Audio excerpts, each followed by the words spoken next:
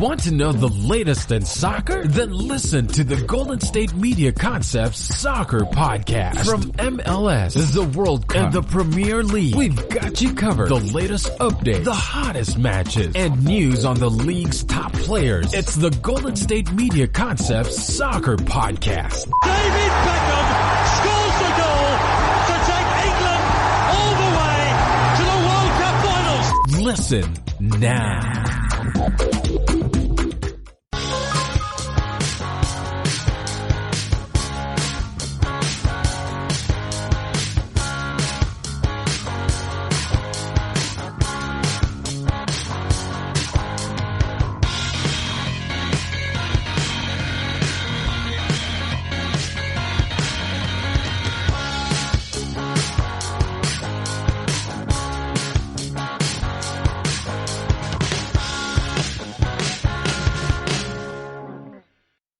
Thank you for tuning in to the GSMC Soccer Podcast, brought to you by the GSMC Podcast Network.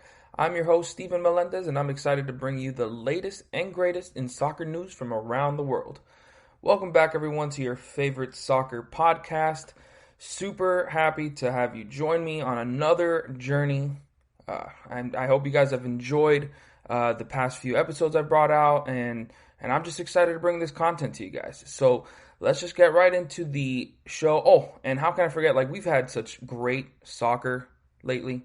The Champions League has had absolute amazing storylines. I mean, some crazy upsets and some crazy just games overall. So, I mean, if you're a soccer fan, which I'm sure you are if you're listening to this, we've been treated to some great soccer. So let's just get right into today's episode and talk, just let me break down what I'm going to be talking about today. In the first segment, I'm going to be talking about pretty much the top news in the world right now with the whole Barcelona meltdown and just all the repercussions that are happening because of it, just with how bad of a season they had. There's obviously a lot of rebuilding that they have to do. So we're going to go and talk about that a bit in the first segment. In the second part of the show, I'm going to be talking about the Europa League Semifinal games that occurred this week. I'm just giving a little breakdown of the games. And then I'm also going to give a bit of a finals preview because we do have, Sevilla versus Inter, a top game, two teams that are really looking to bring some, medal home. And so that's going to be a really interesting game. In the third segment, I'm going to be finishing off my top 5 leagues review with Ligue 1 today. I'm going to give it just a little bit of a season breakdown, obviously talk about the title race, obviously, of course, my surprises and disappointments. And with Ligue 1 being, considered a farmers league, I'm going to be talking about the top young talent that they have and much more. And, of course, if you guys have been following me, of course, that means the last segment, you want to stick around because we're going to be talking about the top 10 Ligue 1 players this season. So we have a lot to talk about today. I feel like that's going to be enough to get our soccer craze on for the day. And yeah, let's get started with Barcelona meltdown this season and just, where it's all, where all this, the Messi exit rumors and where all this is coming from. And obviously we know this season was a big letdown for Barcelona, not just in La Liga, but specifically in the Champions League. I mean, people were excited after they beat Napoli. It was 3-1 in the quarterfinals. They looked like they're, the round of 16. People were hyped. People were looking at them all right, they're looking good. Messi was absolutely balling, and when Barcelona has Messi clicking on all cylinders, it's really hard to beat them. But they were going up against Bayern Munich, easily the best team in Europe. Not just out of the teams that are left. I'm talking about, you stack them up against any team in Europe. Liverpool, Real Madrid, Barca, Man City, any team. It doesn't matter. They are the cream of the crop. And they showed it in that quarterfinal matchup against Barcelona, absolutely destroying them 8-2. And honestly, this has been a long time coming with, the Barcelona board just making terrible decision after terrible decision, trying to surround the established players with, better young talent, and it just hasn't worked out, especially since since Neymar left. They've been in complete shambles. They have won La Liga, but because it's always a two-team race there. And when Cristiano Ronaldo left, Real Madrid it's kind of as if Barcelona lost their Messi. I don't even want to begin to wonder where Barcelona is going to be if they lose Messi. Because that man does it all for them. But this game between Bayern and Barca was all Bayern. They had complete control, and Barca just never got comfortable. If you were watching the game, you could hear the astonishment from these commentators. They couldn't believe what they were watching. It looked absolutely embarrassing, and they even said it was a disgrace for Barca, which it was. When you're a top club like Barcelona, you just can't lose like that. Expectations are too high, and the amount of money that's put into this club, especially recently, it's unacceptable. When you look at the game stats, it's obvious why. Possession, I never really care about possession with Barcelona. It was about even. It was 51% to Barca, but I never care about possession anymore, because so many times you see a team have 60-65% possession. Of course, that gives them a better chance, but if they can't convert, if they can't, find good combinations in the final third, nothing's going to really happen for you. And then when you look at the total shots, Barcelona had 7 compared to Bayern's 26. Bayern had twice the amount of shots on target that Barcelona had shots. It's just they absolutely dominated them. And then when you look at the touches, it was also even. Barcelona had 620 touches to Bayern's 625. So Bayern just are way more efficient. Like people say all the time, they're a machine. And this game shows it. To have more than half of your shots on target, and have pretty much, have less, slightly less possession and the same amount of touches in the game, it just goes to show how great Bayern are. And just going into the, some of the player stats and ratings, Mueller played an absolute perfect game. He had a 10 rating out of 10, obviously. And he finished it with 2 goals to lead the team and an assist. He also had 89% pass completions of his 36 passes. He was pretty much doing it all. And you can tell from the very beginning that he had the Barcelona players just running around in circles, not really sure what to do to stop him. And then you had Lewandowski, which is obviously their top player this year, and he didn't even have a great game. He did have an 8.4 rating, but I feel like that's a bit misconstrued. He had a goal and an assist, but for a lot of the game, he couldn't get the right connection with his foot on the goal. He got a goal at the end of the game, pretty much when the game was already decided. And of course, that one assist was with that perfect 1-2 combination with Mueller, literally to open up the scoring in the game. He did lead the team in shots and had 4 on target, but to have just 1 goal, it's just, to me, it feels like that's a down game for Lewandowski, which is just scary for the rest of Europe, that with their best player not even having a good game, they still dominated. And that just goes to show how many great players they have, including Alphonso Davies, who had an absolute breakout of a game. He's been having a breakout season, but he's now shown it on the big stage that he can make it happen.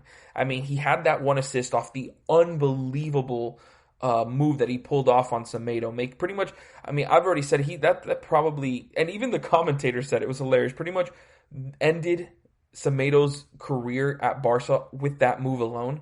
He had 5 successful dribbles to lead the team. He also had 2 interceptions and won 10 of 12 duels, which also led the team. So Alphonso Davies absolutely dominated and just took over this game. And then when you go and look at Barca's side of things, the best player on the team was, I guess, Suarez. If you really look, if you think about it, he did have 1 goal, and he did complete 92% of his 24 passes. But I don't know, it just never felt like anybody on Barca felt comfortable. Of course, Suarez made that 1 goal, and it was a nice move with some terrible defending from what's his name? I forgot the defender's name, but just an absolute terrible attempted tackle by the Bayern defender led to a pretty easy Suarez goal, and it was a nice goal. But that was pretty much all the only positives for for the team in that game. Because that's the only goal that they scored. The other one being an own goal by Alaba. So, and then when you look at Messi, he did not have his usual performance. He had a 6.6 rating. He completed 84% of his 31 passes, which isn't bad. I mean, that's solid. But he led the team with 3 dribbles. For Messi, 3 dribbles is nothing. And on top of that, he led the team with 19 lost possessions. So, I mean, they just didn't get what they needed from their top players. And to beat a team like Bayern, even if Messi had a great game, even if he, had 2 goals, I mean, obviously that still wouldn't have mattered. They needed, they needed a combination of every single person on the team, which is just a clear showing that the Barca board have not done their due diligence to surround Messi with suitable talent. So now we move on to the meltdown that was their La Liga title race.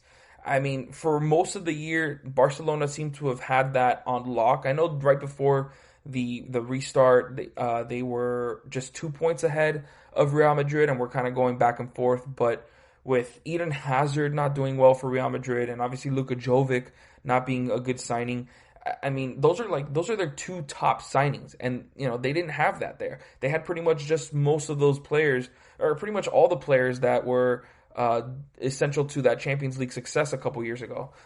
Kind of the same thing with Barcelona, who still rely on their established talent, but they just. The thing is, when you fire, one of the biggest things to me is that when you fire a manager mid-season, which they did to Ernesto Valverde in January, things usually won't bode well for you. I mean, you need some kind of consistency in the organization. I mean, of course, Messi's been there since day one, but you need it up and down the roster, up and down the organization. And with Ernesto Valverde getting sacked, like they say, it kind of just spelled out the season. The fact that they were able to stay around the title race for much of the season was impressive. I mean, but it shouldn't be considered impressive for a club like Barca. I mean, they literally right after Quique became the manager, they lost 2-0 in El Clasico in early March. And that loss pretty much handed Real Madrid, a little hope in the title race, because for most of that season, before that game, Barca pretty much had a handle on it. But then, of course, Real Madrid had a pretty bad loss to Real Betis and handed it right back to Barcelona heading into the suspension. So pretty much all eyes were on that title race, like as it usually is every single La Liga season. But Real Madrid came into the Coronavirus League, which is what Sergio Ramos called it, focused and ready to capture their 34th La Liga title. They started it off on a 10-game winning streak with some poor losses from Barca, which I've already discussed in my previous shows, pretty much assured them the La Liga title. Real Madrid had to overcome some big tests in those 10 games, but they did persevere and made big plays when they needed them. The opposite could be said about Barcelona, who pretty much gave up big leads and drew to Celta Vigo. That was probably the worst draw that they've had all season. Same thing with Atletico, and I think another one to Granada. It was just they just didn't take advantage. And you know that what is it? The saying that defense wins championships. That is no more evident than it is here. Barcelona had the best attack in La Liga with 86 goals. However, Real Madrid had the best defense, allowing just 25 goals. Easily the best defense out of any top club in the world. And while Barcelona just had to rely on Messi for nearly everything offensively, like I already said, 25 goals and 21 assists in La Liga, which is just ridiculous, Real Madrid took a team approach and became the only team in Europe this season to have 21 different goal scorers. The better club clearly won the title. So, I mean, there's literally no doubts about it, and that's another thing that goes into why there are so many Messi exit rumors. And it really should be no surprise because of such a terrible end to the season. I mean, before the season even started, there was the same kind of rumors. I mean, it always happens, but like this crash ending would only intensify the talks. And there have been some people that have rejected the rumors, like Real Madrid legend Santiago Canizares, who said like none of these rumors are viable. And while that may be true, it's hard not to think that Messi wants a change of scenery.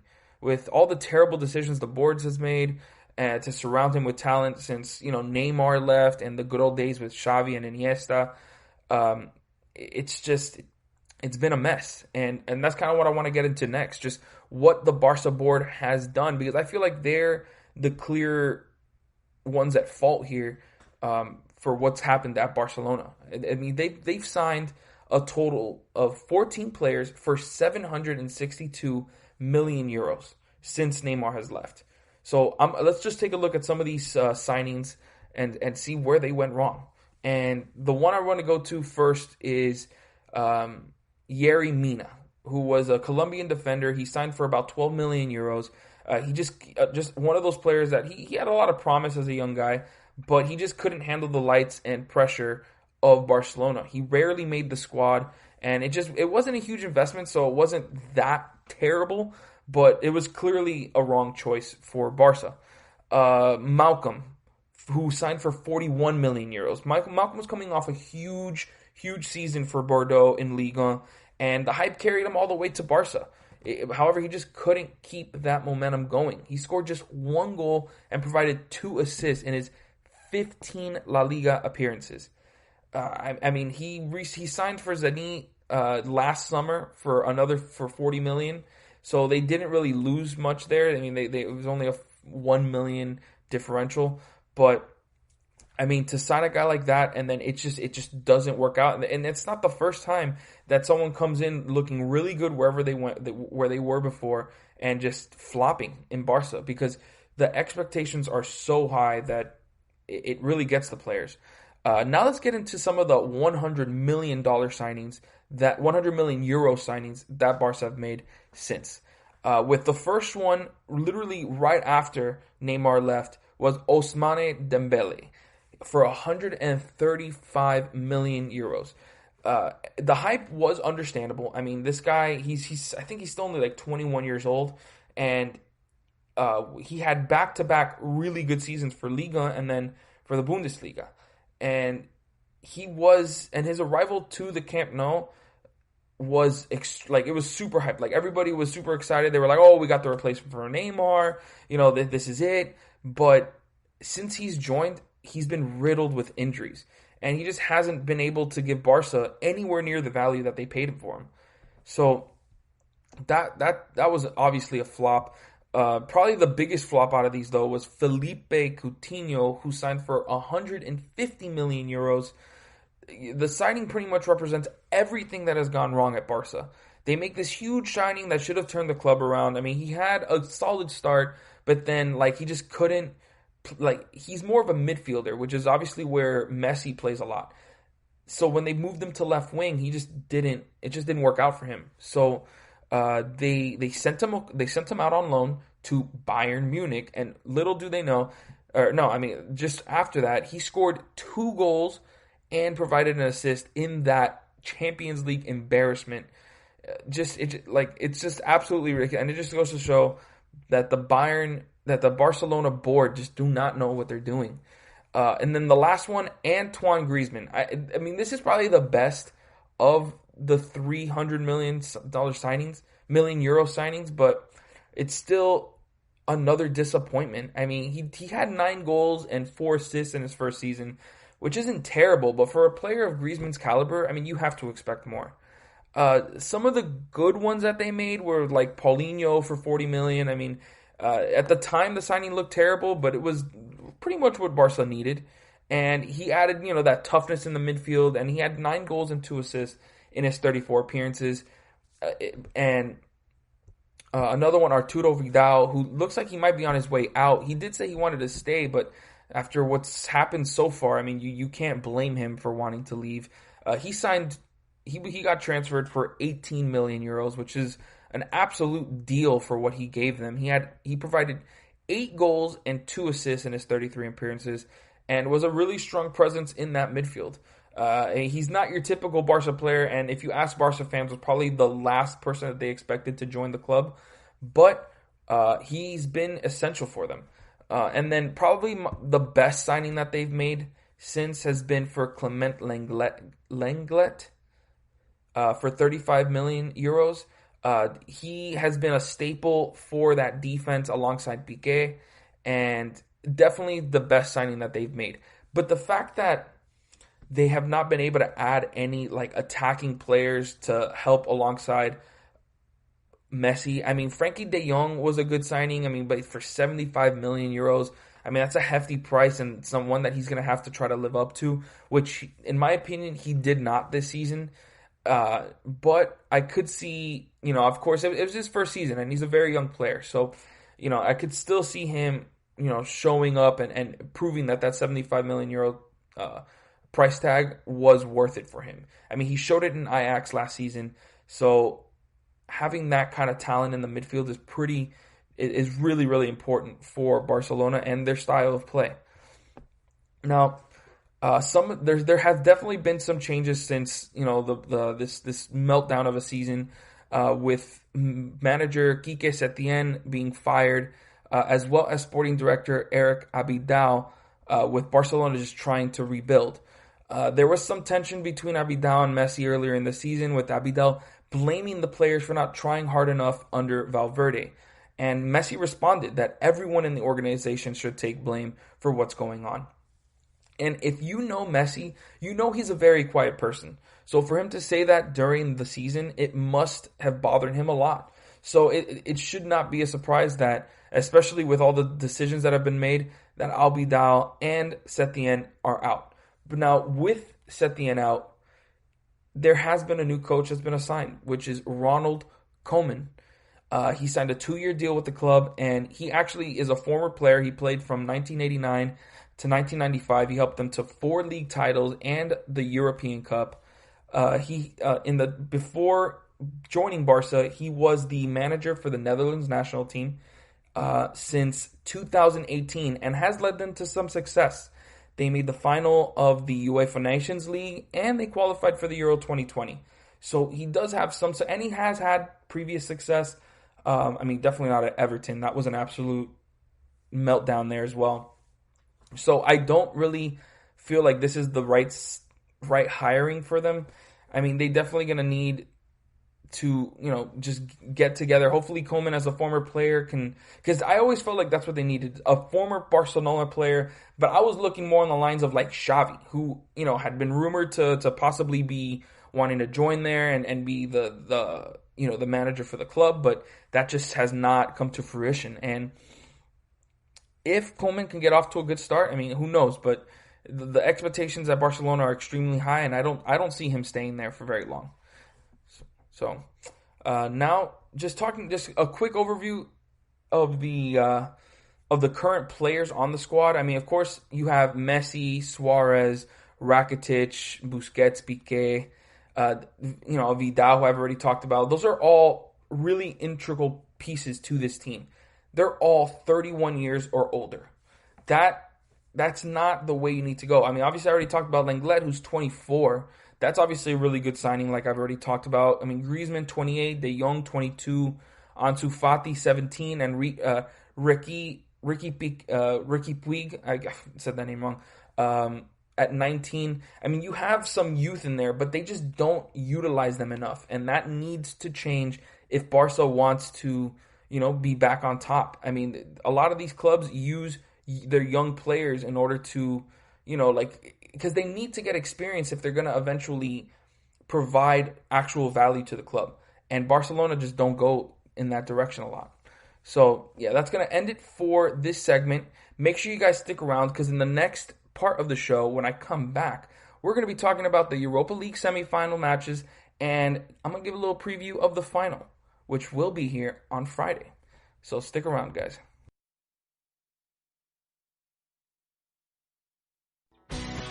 Are you looking to get your college football fix? Looking to get the latest news on your favorite school's team? The GSMC College Football Podcast is your ticket to all things college football. Join us as we talk college football from the national championship, the college rivalries, the bowl game, to the Heisman Trophy. To which conference is the best? We've got you covered for the Big Ten, SEC, Big 12, the Pac-12, ACC, and everything in between. Download the GSMC College Football Podcast on iTunes, Stitcher, SoundCloud, Google Play, or anywhere you find podcasts. Just type GSMC in the search bar.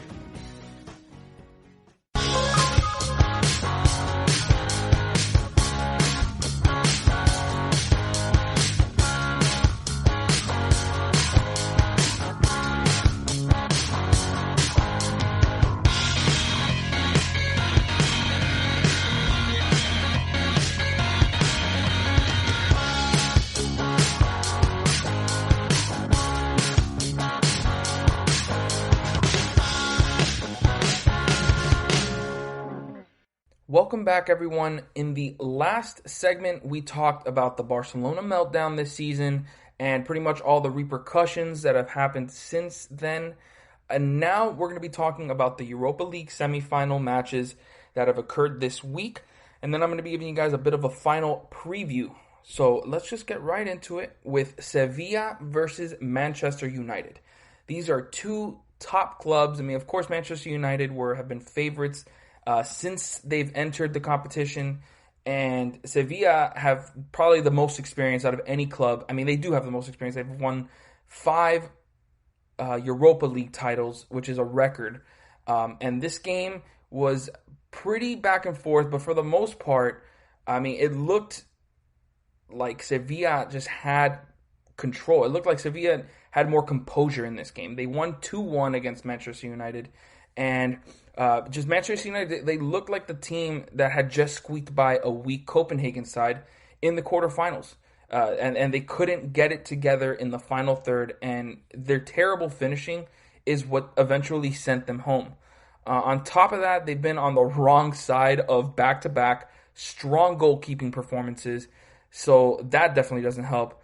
And the stats definitely favored Manchester United. They outshot Sevilla 20-9. The possession was pretty even, with Sevilla having a slight edge with 53%. However, Sevilla are, like I've said already, a record 5-time winners of this competition, and they showed that experience and poise in this game. The first half felt like it was pretty much all Manchester United, especially early, as their pressure made things extremely difficult for Sevilla to connect on the attack. And they were rewarded with a penalty in the 9th minute, or it was like the 7th minute that the penalty was awarded. And of course, it always takes forever. So they had a goal in the 9th minute, which Bruno Fernandes scored with ease. Just a beautiful shot in the top left corner. He's done it all season, and he just did it again for Manchester United. And this actually was their record. They've had like 21 or 22 penalties awarded this season, and that's I believe that's a record. I saw something like that, but it just goes to show that Manchester United, they rely very heavily on the decisions of the referees to get them a lot of their goals. And Sevilla started getting a few chances of their own after that, and they scored a really nice goal in the 26th minute with a solid pass from Reguilon that made its way all from one end of the box to the other and was met with a solid finish from Suso. So they got right back into it with a really good team goal, and there were a few chances here and there for Manchester United after that, but like I already said, they could not finish. They just didn't bring their shooting boots to either the last 2 matches that they've been in. And you have to credit the Sevilla goalkeeper Bono, I hope I'm saying his name right, as well, for making a lot of solid saves, especially in the second half. And it just felt like it was a matter of time, especially in the second half, it felt like a matter of time before Manchester United would make a breakthrough because they were getting so many chances. But that just was not the case. They just couldn't get many shots on target. But when they did, like I said, Bono was there to stop it. And Sevilla scored probably one of the easiest goals I've seen in the box where Navas sent a cross into the box, and it was slotted home by the recently substituted and completely unmarked Luuk de Jong in the 78th minute. I mean, there was at least 5 or 6 Manchester United players in the box, and nobody was marking him. Nobody. I mean, the two defenders that were in between him, that he was in between, were Lindelof and Wan-Bissaka, and you could see them kind of like looking around for someone else to do something when it should have been them. Especially Lindelof. I mean, when you're the center half, you need to be marking someone. He wasn't marking anybody. So that pretty much took the life out of Manchester United, as they just couldn't find anything else after that. There was literally no connection. So it ended with a final of 2-1, with Sevilla making it to their 6th Europa League final. And it gave Manchester United their 3rd semi-final exit of the season, with the FA Cup, EFL Cup, and now the Europa League. Just, I mean, for as good as they were at the end of the season, finishing 3rd in the Premier League, it was just like they have nothing to go home with. No trophy, no silverware to take back to, back to Manchester United. And honestly, to me, I feel like it's in all a failure of a season, because when you're a club that has as much talent and has as much money put into the club as Manchester United, you need to come away with some kind of silverware, something. And they lost, I believe they lost to Southampton in the FA Cup or the EFL Cup, one of those. And that just can't happen. And even with Sevilla, even though they have a lot of,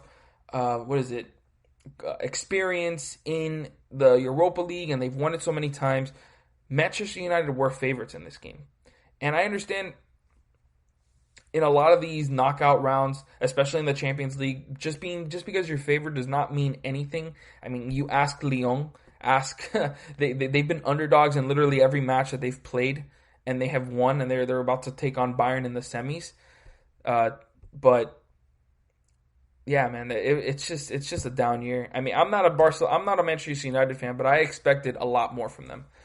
So the man of the match in this game has to go to Sevilla's goalkeeper, Bono. He made 6 incredible saves. Just another top goalkeeping performance from him, who kept a clean sheet against the Wolves in the last match, in the last tie, and now allowed Manchester United just 1 goal, with that one being a penalty. So, and he pretty much had no chance against that Bruno Fernandes penalty. But yeah, it's just another huge performance, and he's going to be really important to their success against Inter Milan in the final.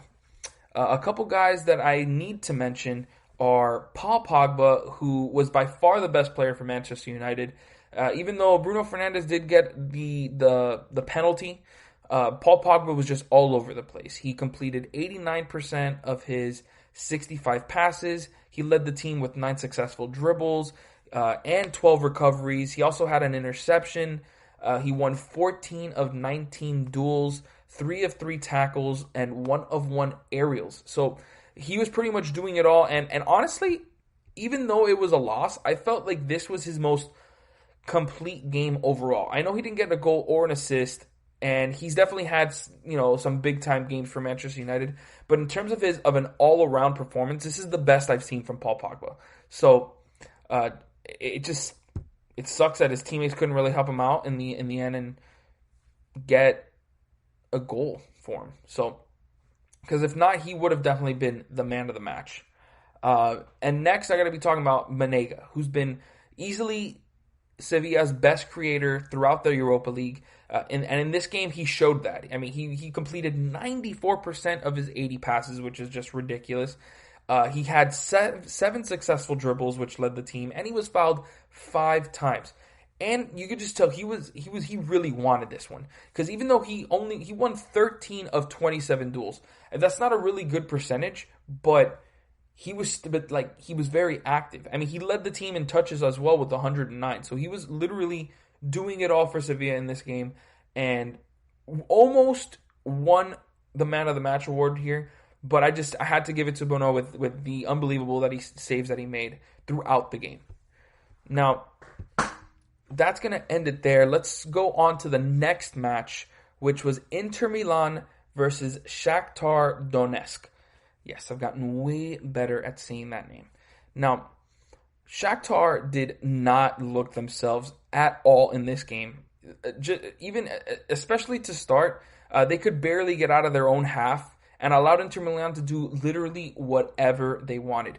This to me was very similar to what RB Leipzig was doing against PSG. Even though RB Leipzig did have a few chances here and there, Shakhtar they allowed Inter Milan to control the game. And when you have a team that's that talented, you can't allow that. You need to put in pressure. You need to make them feel you, and they did not. Inter had over 60% of the possession in the first half. And other than one shot from Shakhtar that sailed over the crossbar, Inter controlled everything in that first half. Inter were rewarded for their aggressiveness and dominant play early with a corner kick from Barella that was headed home by Martinez. He hadn't been playing well lately, but turned it around big time in this game in the 19th minute. They could have easily been up more by halftime as they were controlling the midfield and did not allow Shakhtar to get their usual attack in rhythm. But they'd make sure to end things in the second half, no doubt about it. Inter Milan were pretty much living in Shakhtar's half in the second half, and it was a lot of the same from Shakhtar, as they could do little to nothing in the attack. Like top guys like Taisong were just not, and Mores was not. They just were not doing what they were doing in the previous ties in the Europa League.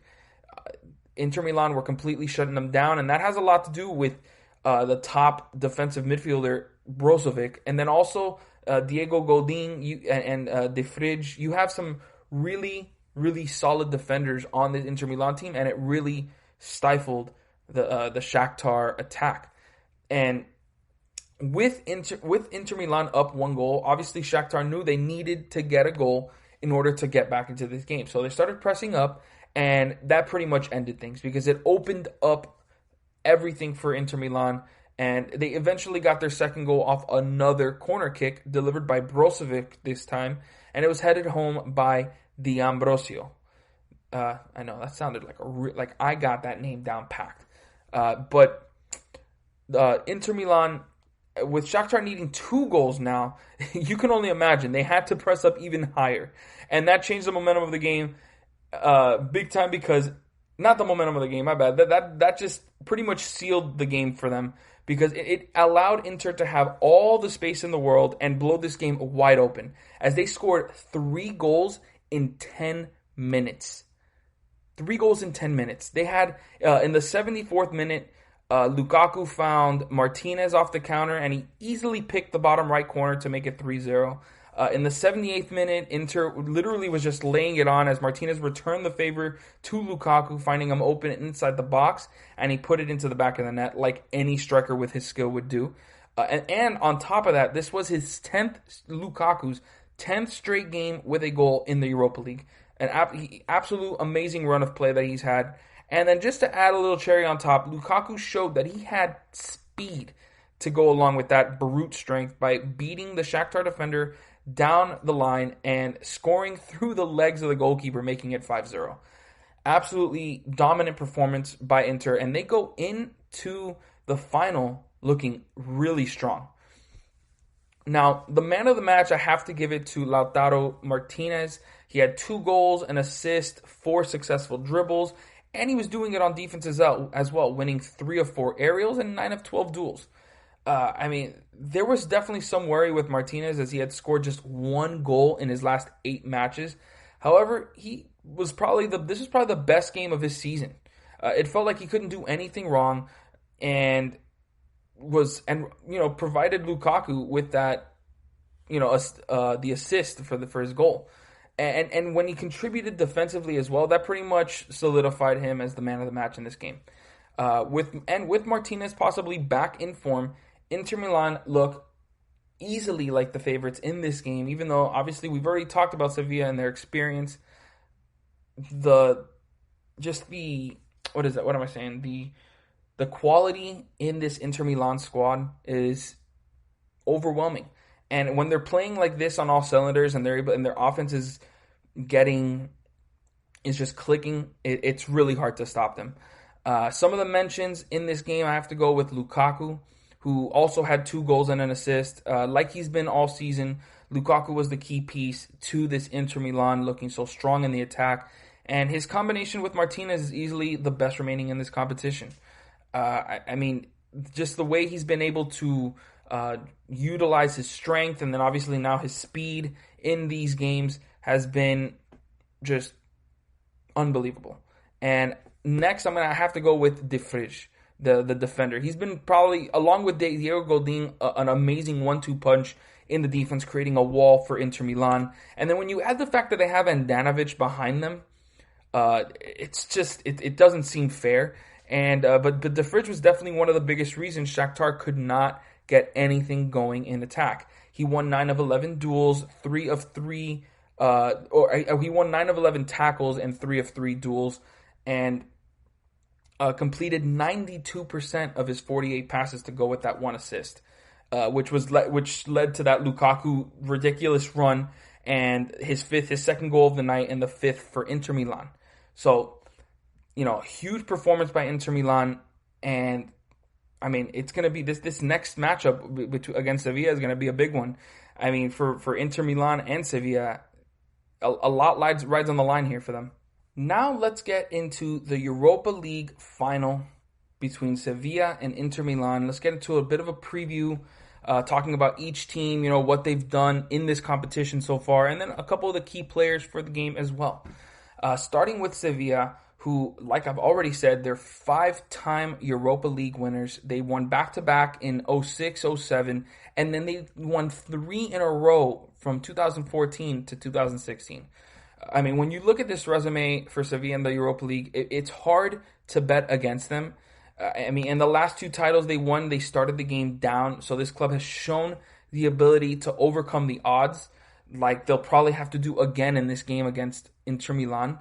And I just feel like you can't bet. This is one of the hardest games, in my opinion, to place a bet on, because Sevilla are obviously the weaker side in terms of quality, but you can't deny what they've done in this competition.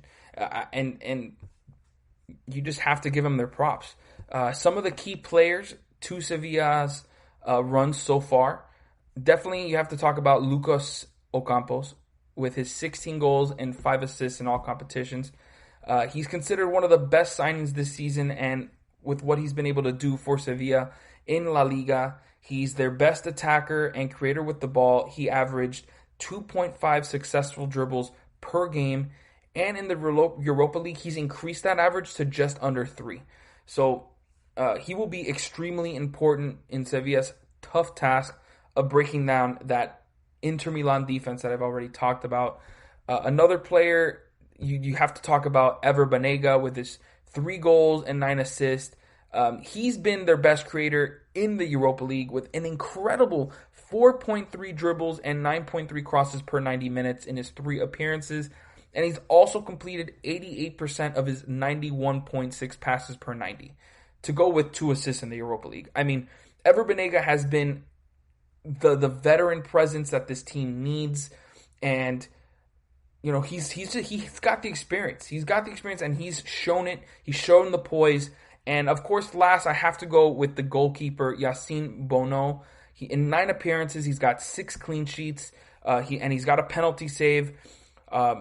He's had his best performance of the tournament in the semifinal against Manchester United. I mean, that's why I gave him the man of the match award. And he's made 2.6 saves per 90 minutes. He's going to be really important in stopping this Inter Milan attack of Lukaku and Martinez. And other than just them, and they obviously have a lot more there in the attack, but like I said, he's going to be really, really important. Now, just moving on to Inter Milan, they have won the Europa League 3 times in the 90s, in 91, 94, and 98. But more recently, they won the Champions League in 2010. Now, Inter Milan have had a very successful season so far, as they finished second in Serie A, just 1 point behind Juve, And they did lose in the semifinal of the Coppa Italia to Napoli, but that would all be forgotten if they were to win their first Europa League title in over 20 years. Now, some of the key players to this title run would be Romelu Lukaku. Like I said, everything Inter Milan does in attack starts and ends with Lukaku. He leads the team in key passes with 67 and goals with 33 in all competitions. And it should be no surprise that he leads Inter in the Europa League with 6 goals. 4 more than any other player on the team. His strength can't be matched by any defender Sevilla will throw at him, so he's probably going to get double teamed, so he'll need to use that to his advantage and link up with Martinez. I do believe that Sevilla's, in terms of team defense, could stop Lukaku, but that's the thing. If you focus so much on him, there's so many other players that Inter Milan has that can hurt you. And one of them being Marcelo Brozovic. He's got 3 goals and 8 assists so far this season with an 87.7% pass completion of his 60 passes per game. Brozovic has been one of the most important players to Inter's success this season, as he's been one of the best defensive midfielders in the game. He controls the midfield for Inter with his deadly passing and strong in defense. He's second on the team in assists with 8, third in key passes with 50, and he leads the team in tackles with 94 by a huge margin. He's going to be integral to stopping Sevilla's attack of Menega and Ocampos. And of course, last, I'm going to talk about Stefan De Vrij. He's got 4 goals and 5 assists, which is really good offensive production for a defender. And he's got a 92% pass completion. Along with Brozovic, De Vrij will be literally as important in helping Handanovic keep Sevilla off the score sheet. He won 85% of his aerials and 81% of his duels in the Europa League so far. And he's averaging 2 interceptions and 5.7 recoveries per 90 minutes. Now, with all that said, what are my predictions for this game? I've given Inter Milan and Manchester United, I consider them favorites, but considering what Sevilla have done so far in this competition, I have to give them the nod. I mean, they have to win. I mean, not they have to win, but it's hard to see them winning. It's hard to see them, losing. Man, what am I talking about? Sevilla are going to win 2-1. I believe Sevilla's experience in the Europa League will lead to a 6th title. But don't be surprised if this is a shootout with like a 3-2, 4-3 final score. But in the end, I do believe Sevilla will come out on top. Now, make sure you guys stick around for the next segment, because when I come back, I'm going to be talking about the Liga season breakdown. Just giving a bit of a full recap of the season. So make sure you guys stick around for that. Tired of searching the vast jungle of podcasts? Now listen close and hear this out. There's a podcast network that covers just about everything that you've been searching. Hey! The Golden State Media Concepts Podcast Network is here. Nothing less than a podcast bliss with endless hours of podcast coverage. From news, sports, music, fashion, cooking, entertainment, fantasy, football, and so much more. So stop lurking around and go straight out to the Golden State Media Concepts Podcast Network. Guaranteed to fill that podcast itch. Whatever it may be. Visit us at www.gsmcpodcast.com. Follow us on Facebook and Twitter, and download us on iTunes, SoundCloud, and Google Play.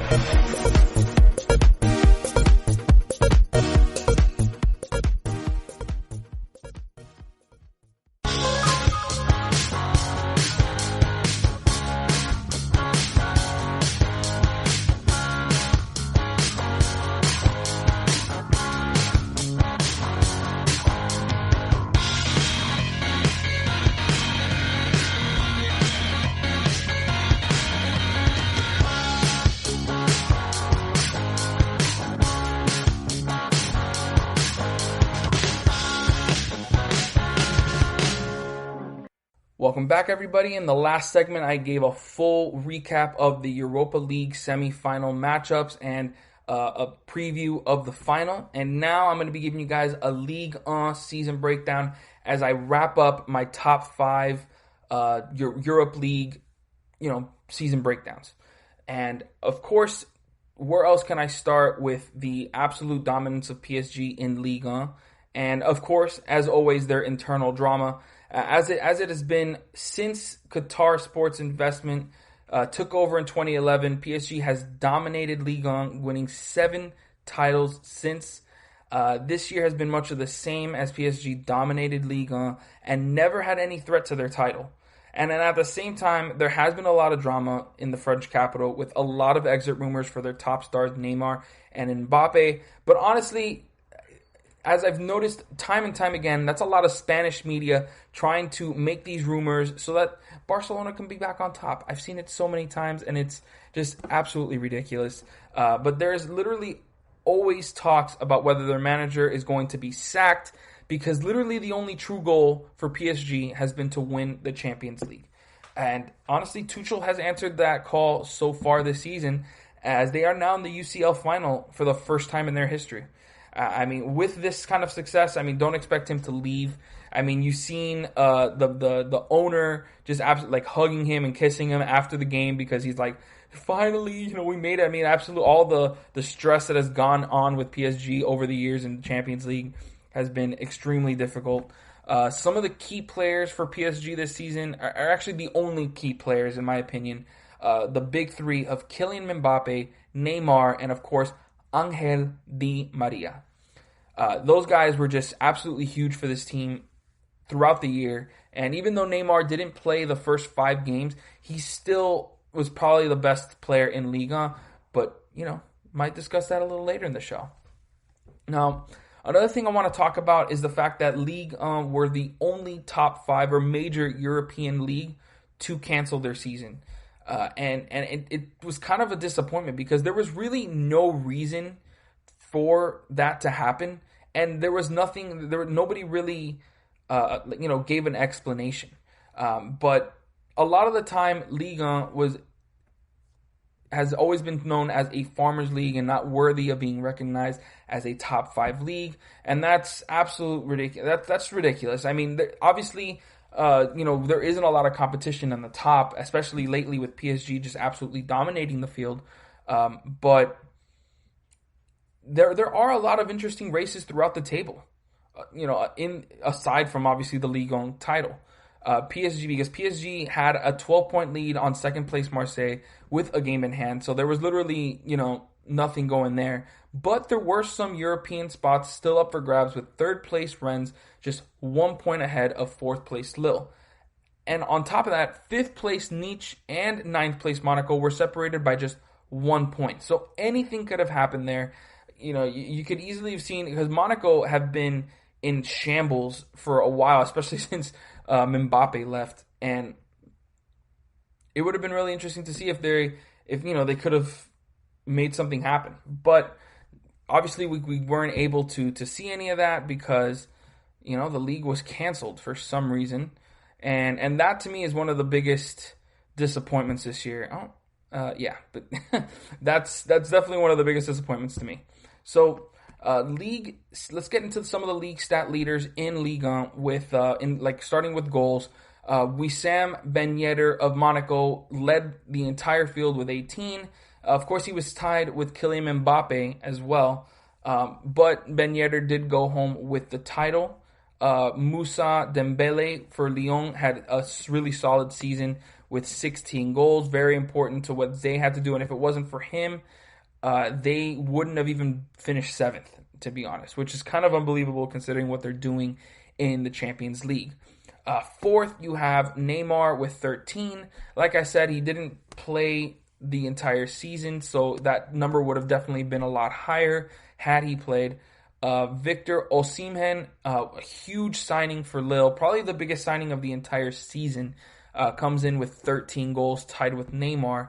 And the last two, we have Habib Diallo of Metz and Mauro Icardi of PSG with 12. Both really strong seasons. Of course, Icardi kind of floundered at the end, but still, to have over 10 goals in a season, that's solid. Now, let's get into the assists, which was literally a one-man show with Angel Di Maria leading the field with 14. The next one after that was Johan Court of Brest with 7. He doubled the second place assist leader. There's literally nobody else that matches what Di Maria has been able to do for PSG. I'm going to be talking about later in the show, this is his best season of his career. This is easily the best season of Angel Di Maria's career. And he showed it, leading Ligue 1 with 14 assists. Islam Slimani of Monaco ties Court with 7 assists. Really strong season for him after he pretty much failed at Leicester City. But this is he finally finds a good fit for him. But Monaco just has another tough year, so they're going to have to find people to surround Slimani and Ben Yedder with. Jonathan Icon of Lille comes in with 6 assists. And we have a couple guys that are tied with him, with Pierre Les Melo of Nice, Thiago Mendes of Lyon, and of course Neymar of PSG, all having 6 assists this season.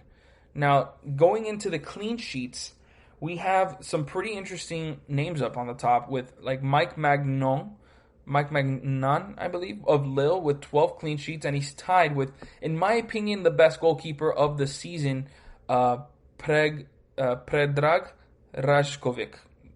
Hey man, that's not bad. For my first time of Reims, he had 12 clean sheets and was a big part of them having the best defense in the entire league. And honestly, I believe one of the best defense in probably all of Europe. You also have Ludovic Boutel of Angers with 11 clean sheets, tied with Steve Mandanda and Keylor Navas, 2 big names there from Marseille and PSG with 11 as well. And then you have the youngster Alban Lafont of Nantes with 10 clean sheets. Really strong season from all of these goalkeepers, and a really strong showing from goalkeepers in Ligue 1 this season. Now, let's get into my favorite part of this segment, which is the biggest surprises and disappointments of the year.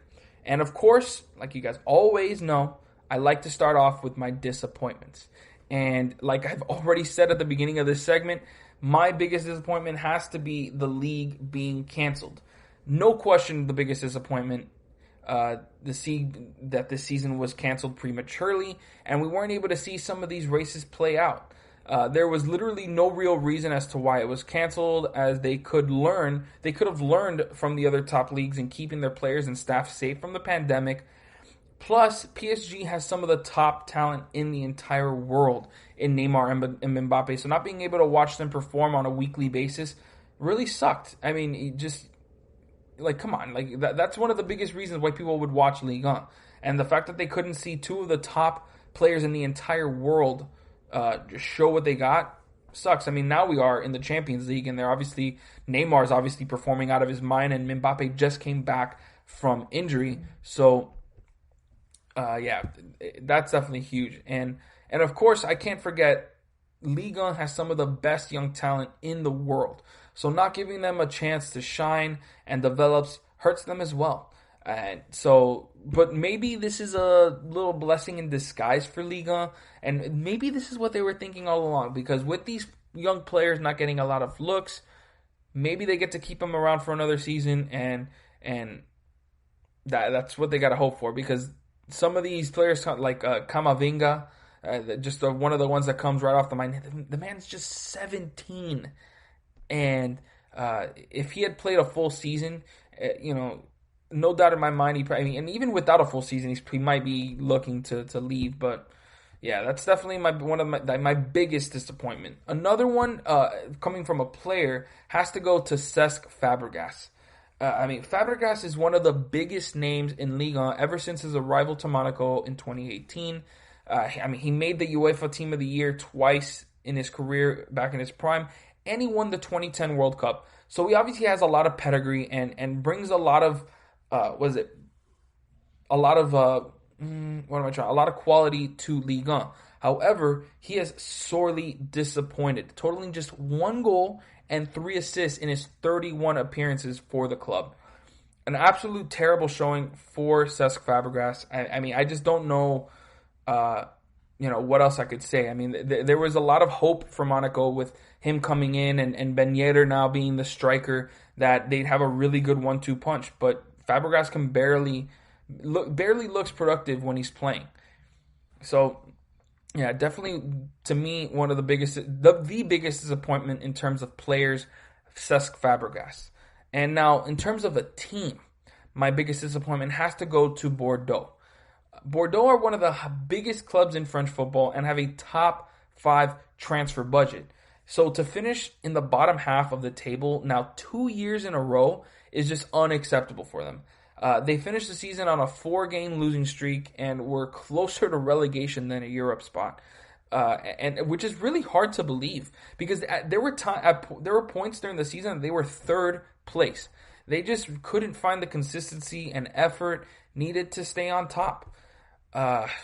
So yeah, just a huge disappointment from Bordeaux. Hopefully they can regroup and have a better season next year, because yeah, that's tough. But with disappointments, we have some big surprises, and especially this season. And of course, I have to talk about Lyon. I mean, for them to finish 7th in Ligue 1 and make it all the way to the Champions League semifinal, I mean, how can I not talk about this team? I mean, I guess you can see like a disappointment and a surprise, because when Lyon beats top teams like Man City and Juve, it's hard not to wonder, how can they not beat some of these teams in Ligue 1? They just, I mean, a lot of that has to do with the fact that Memphis Depay, one of their best attackers, was injured for most of the season. So that obviously always hurts, but literally nobody gave them a chance against Juve or Manchester City. So, I mean, it's still considered a huge, huge surprise. And if they're able to get past Bayern, I mean, this could probably go down as the best season in Lyon history. I know they had a lot of success early in the 2000s, and obviously before that, but for the kind of success that they've had and the obstacles that they've had to overcome, by far one of the biggest surprises in Ligue 1 this season. Now, definitely the biggest surprise has to go to Reims. I don't know why I said it like that, but Reims was one of the top European clubs in the 1950s. That's a long time ago. And since then, Reims had fallen off big time. But that all changed this season as they finished 6th and in a Europa qualifying spot. This is the first time that they qualify for European football since 1963. They play a very methodical game, as they like to slow the pace down and play out of the back, and that's why they have the 2nd worst attack in the league. However, it worked out for them, as they were also extremely disciplined and have the best defense, like I said, probably in all of Europe, with just 21 goals in 28 matches. Now, they did make some solid signings and have an excellent blend of experience and youth, which should stay for their run in the Europa League next season. So definitely don't be surprised if you see Reims do even better next year. Now, another team I want to talk about before I move on is Rennes of, Stade Rennes. Rennes has always been a mid-table club in Ligue 1 and at best finished 5th in the past 7 seasons. But this season was a historic one for them. For the first time in their history, they have qualified for the Champions League, and it's just a huge accomplishment for the club. I mean, they finished 3rd in the league, and for French football to have more teams in European football, it's a huge accomplishment for not just Rennes but Ligue 1 as a whole. So just a huge accomplishment for them, and a big, big surprise season from Rennes and all the clubs I've just discussed. Now, let's move on and talk about some of the top young talent in this league, and why this Ligue 1 is considered a farmers league. And for some of you who maybe don't know what a farmers league is, which if you're listening to this, I'm sure you do, but for those who don't, farmers league, they're called the farmers league because they develop a lot of these incredible young talent and send them off, and they then get transferred to bigger clubs. One of the biggest, like Eden Hazard, he was here for a few years. You got guys like Ousmane Dembele as well. And the list goes on and on and on. I mean, I probably haven't even named more. It's just unbelievable. But that just continues to be a reputation for Liga, and hopefully they can start changing that, especially with their, big Champions League success this season. But let's just get into some of that young talent with someone who I've already named already, Eduardo Camavinga-Arens. Camavinga got off to a really strong start this season, starting against PSG in the Trophée des Champs, and at just 16 years old, no less. That's an incredible achievement for him, no doubt about it. He's one of the best defensive midfielders in the league already.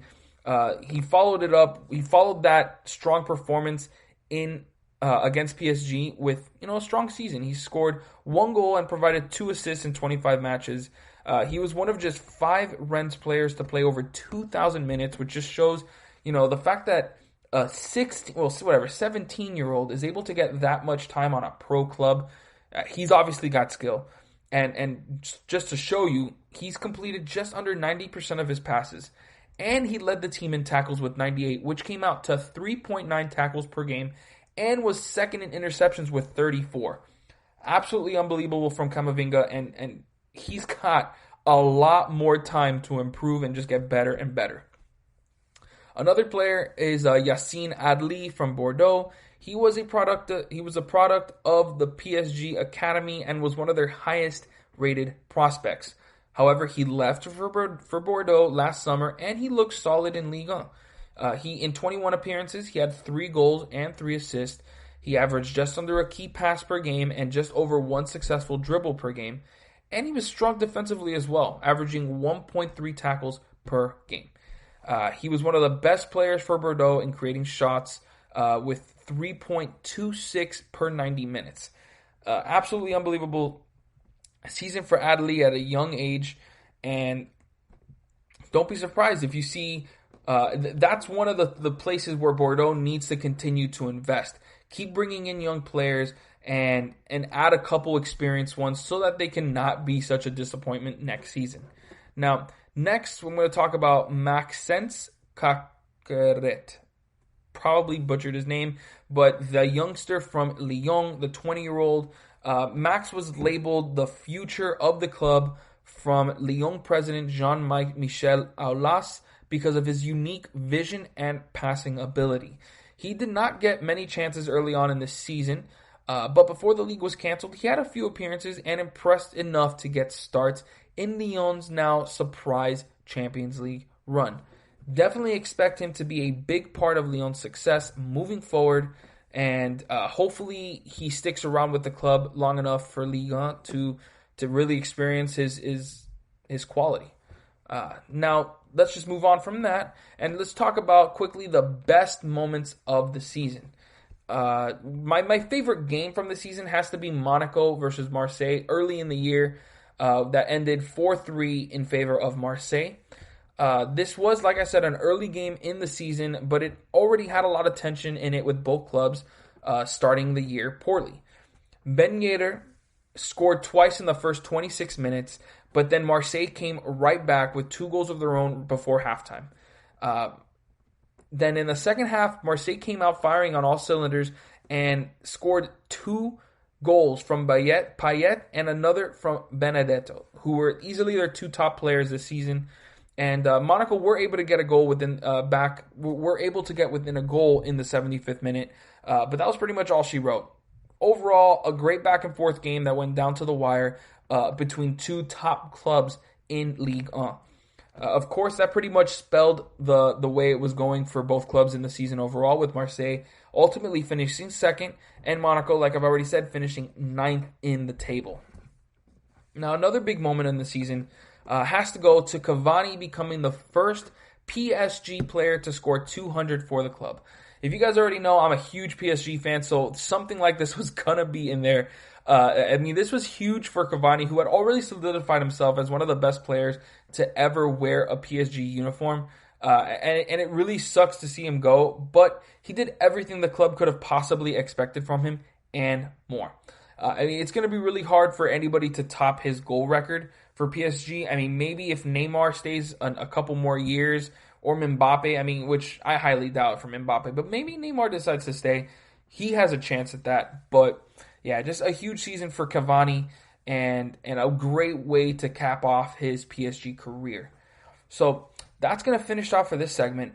Make sure you guys stick around for my favorite segment. I'm going to be giving you guys my top 10 Ligue 1 players this season. And of course, you're probably going to be seeing more than a few PSG players on this list. So make sure you guys stick around. This is your ultimate stop for everything sports. The Golden State Media Concepts Sports Podcast. Should I say more? From the NFL, MLB, the NBA to MMA, it's all in here. The Golden State Media Concepts Sports Podcast. Listen now.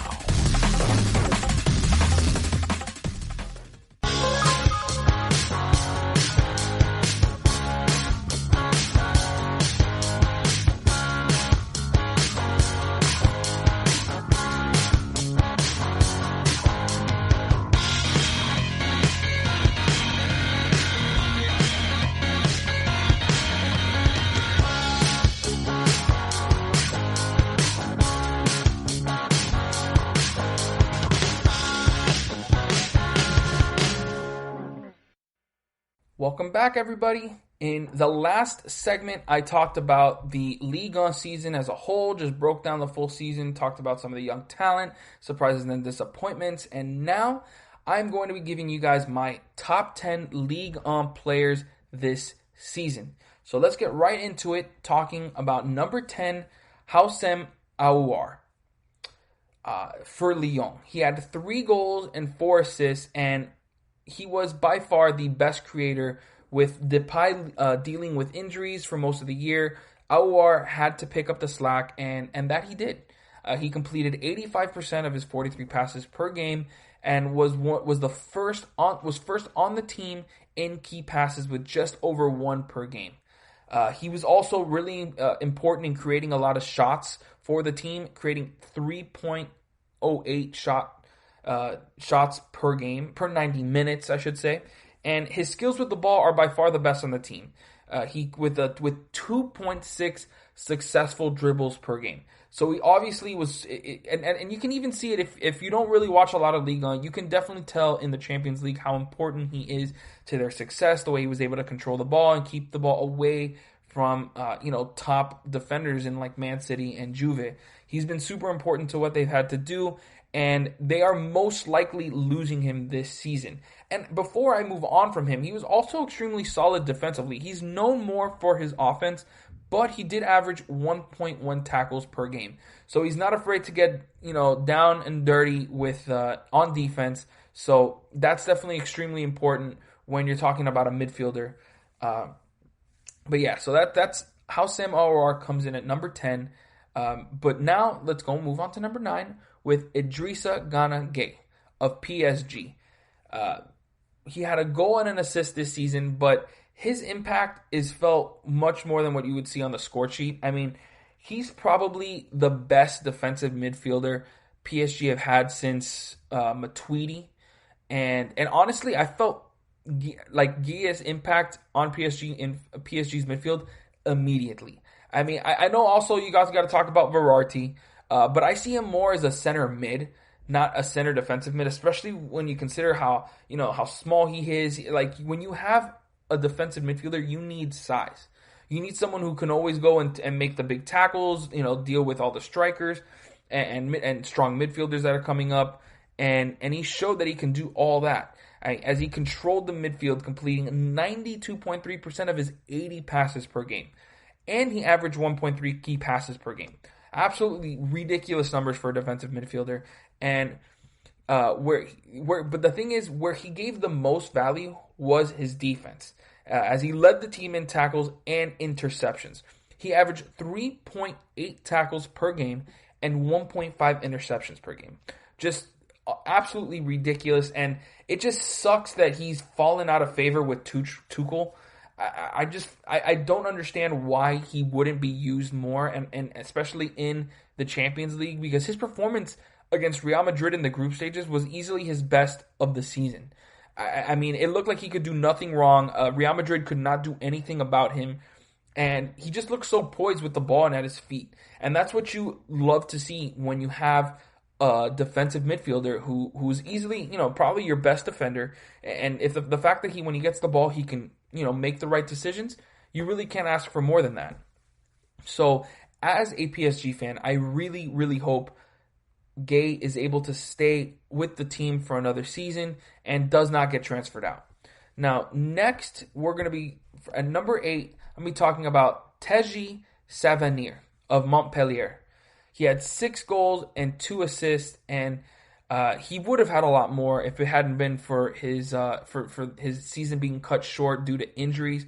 But he still had an excellent season for Montpellier. He was one of their best playmakers, completing 75% of his 48 passes per game and averaged 1.5 key passes per game. And he was also their best defender, averaging 2.7 tackles and 1.7 interceptions and 1 clearance per game. Pretty much doing it all for Montpellier. And when you look at him, you don't really think of him being a really creative with the ball, but he did average 1.5 successful dribbles per game. So Savanier just had a huge season for Montpellier and was really the only reason they had a solid season. They weren't really strong this year. They finished like mid-table, but still, when you look at what he's done in terms of his complete game, and providing 6 goals on top of that, it's just, it was hard to leave Savanier out of this top 10. Next, I've already talked about him earlier in the show. At number 7, we got Rajkovic of Reims.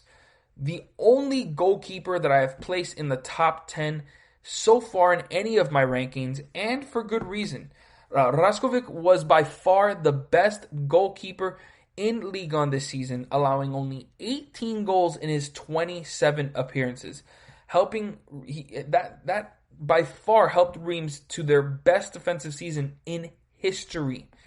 I mean, and Rajkovic is very, very young. I mean, I hope you guys like that little Russian accent I put out with his name. It just comes out of me. He had 12 clean sheets in his 27 appearances and had an 80% save percentage. Absolutely ridiculous. And this was his debut season in Ligue 1, so he definitely impressed. So it's no surprise that he is already in talks of possibly a transfer to PSG and possibly other big clubs. Of course, I wouldn't be surprised if he doesn't want to be a backup to Keylor Navas, who is the unquestioned starter for PSG. But that would be definitely a big money move for him.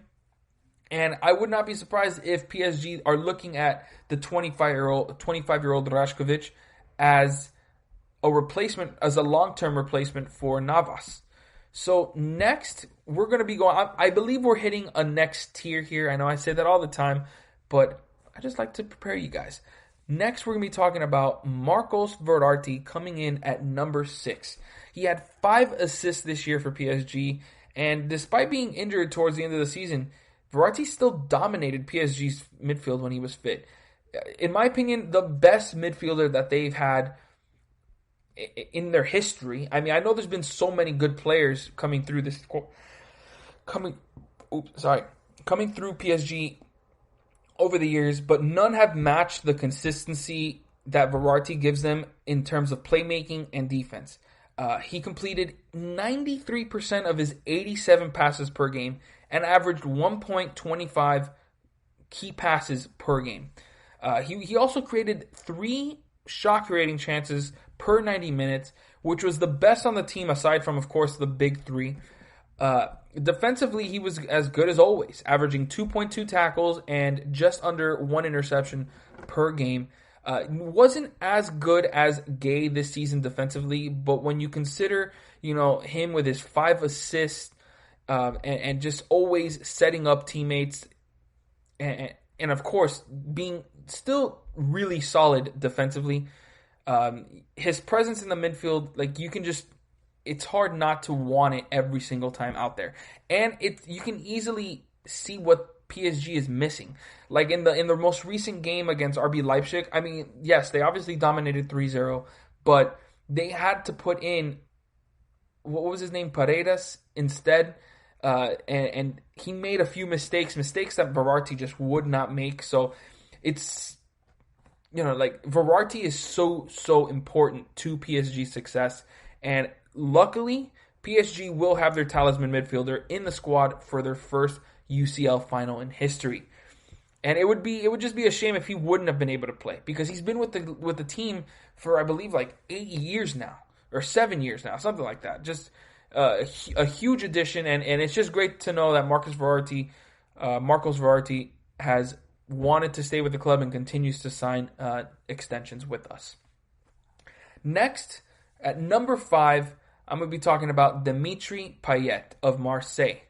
He had 9 goals and 4 assists for the club and was a huge piece for this club ever since his arrival from West Ham. And his performance this season was the biggest reason why Marseille placed second in Ligue 1 and will have Champions League football next season. Of course, it's hard not to mention Benedetto, who almost made the top 10 in my list. But yeah, I could not take anything away from Payet, who comes in at number 5. He was their second leading scorer with 9 goals and was their primary set piece taker. He completed 70% of his 50 passes per game, and he led the team with 88 key passes. That was good for a ridiculous 4 key passes per game. Absolutely ridiculous. And he led the team in this category by a mile. It was ridiculous. His 6.5 shot creating actions were easily the most on the team as well, and he's one of their best dribblers, averaging 2.7 successful dribbles per game. So, yeah, Marseille obviously relied on Payet to create a lot of their offense, and he provided. 9 goals, 4 assists. Overall, great season for Dimitri Payet, and in my opinion, the best season that he's had so far with Marseille. Now, next, we are getting into that next... we're getting into that next tier. But this guy's kind of in a tier in his own, because after that, the next 3 are just absolute superstars in this league. But number 4, we got Wissam Ben Yedder of Monaco. He had 18 goals to lead Ligue 1 to go along with his 4 assists. And if it wasn't for Ben Yedder's heroics this season, Monaco would have been relegated. No question about it, in my opinion.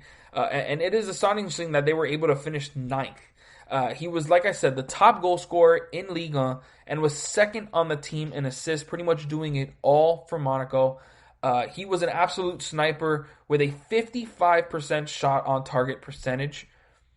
And he was a solid playmaker, completing 76% of his 31 passes per game and averaging 1.7 key passes per game. And of course, can't forget his absolute great skill with the ball, averaging 1.4 successful dribbles per game. So an overall solid season for Ben Yedder, the former Sevilla man, who probably is missing his former club with Monaco. But the thing is, this is a good challenge for him. Ben Yedder is one of the best strikers in Ligue 1, and he's got a hell of a challenge to bring Monaco back to their glory days. But yeah, that's going to do it for Wissam Ben Yedder at number 4.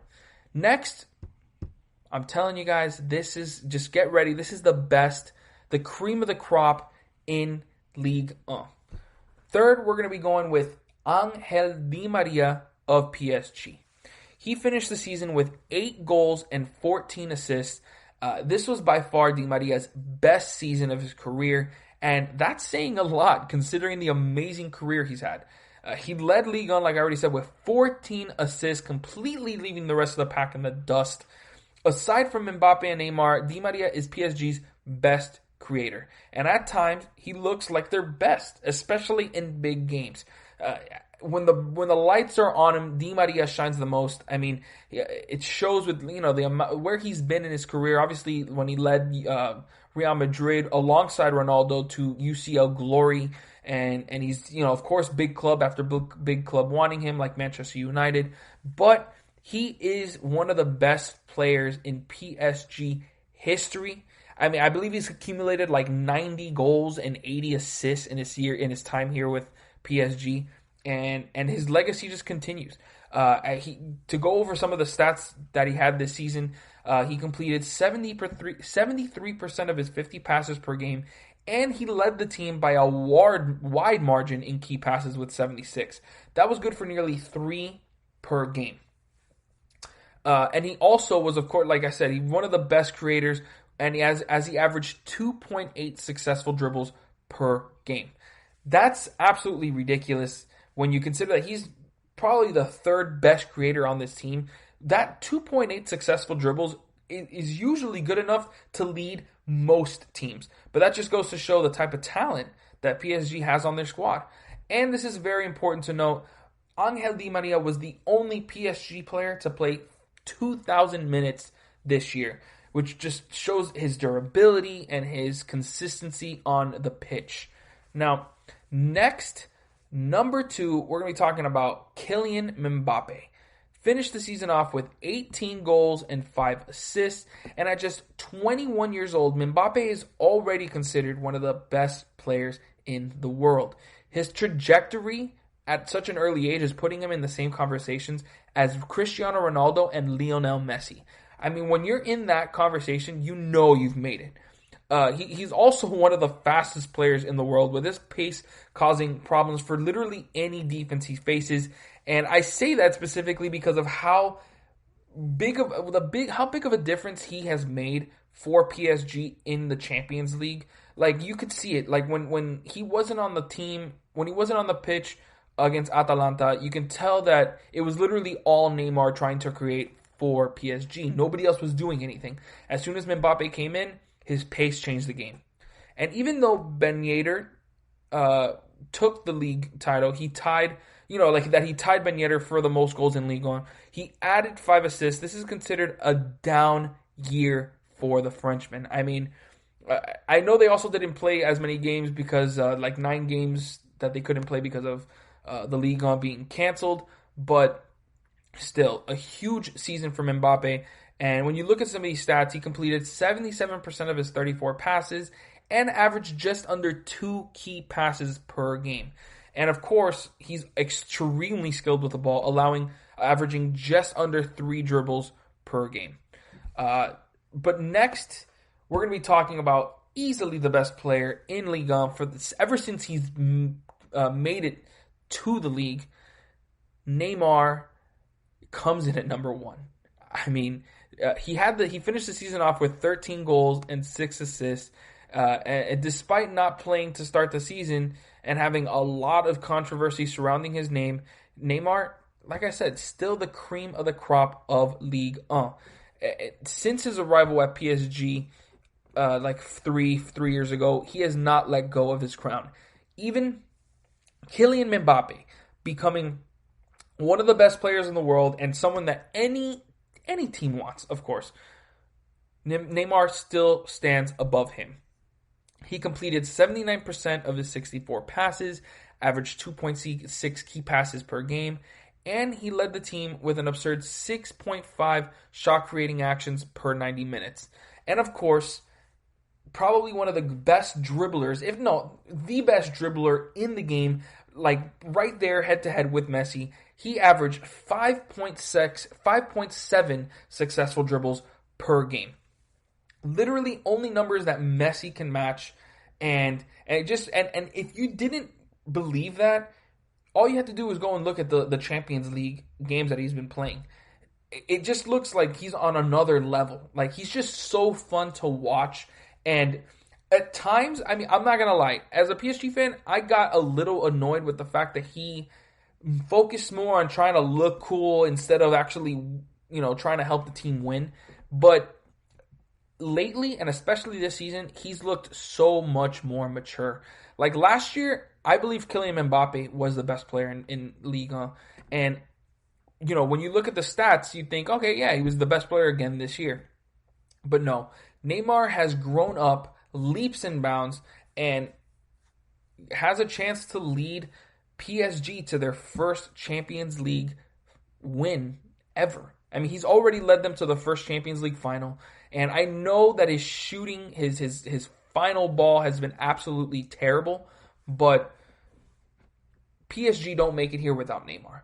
PSG don't make it to this next tier of being one of the best clubs in all of football without Neymar. That is just facts. And of course, on top of that, Mbappe, I don't think Mbappe comes over here without Neymar. And of course, doesn't stay for as long as he has without Neymar. So, there is no other answer here for number one. Neymar is the best player in Ligue 1. So, that's going to finish it off for today's episode. I had a great time talking about all of the top 5 leagues. I'm going to be changing it up in my next couple episodes, so make sure you guys stay tuned for that. And we still got a lot of exciting football coming up, man. We got the Europa League final and the Champions League final coming up this weekend. I'm getting all giddy about it. I mean, we got Champions League and Europa League finals coming up. It's going to be awesome. But yeah, just stay safe out there, guys. And thank you for listening to the GSMC Soccer Podcast, brought to you by the GSMC Podcast Network. I would like to ask that you please remember to subscribe to the show and write a nice review. That really helps us out. Also, if you can please follow us on Facebook, Twitter, and Instagram. We love it for you guys to, to interact with us. It really makes us feel good. So thank you and have a good night. You've been listening to the Golden State Media Concepts Soccer Podcast, part of the Golden State Media Concepts Podcast Network. You can find this show and others like it at www.gsmcpodcast.com. Download our podcast on iTunes, Stitcher, SoundCloud, and Google Play. Just type in GSMC to find all the shows from the Golden State Media Concepts Podcast Network, from movies to music, from sports to entertainment, and even weird news. You can also follow us on Twitter and on Facebook. Thank you, and we hope you have enjoyed today's program.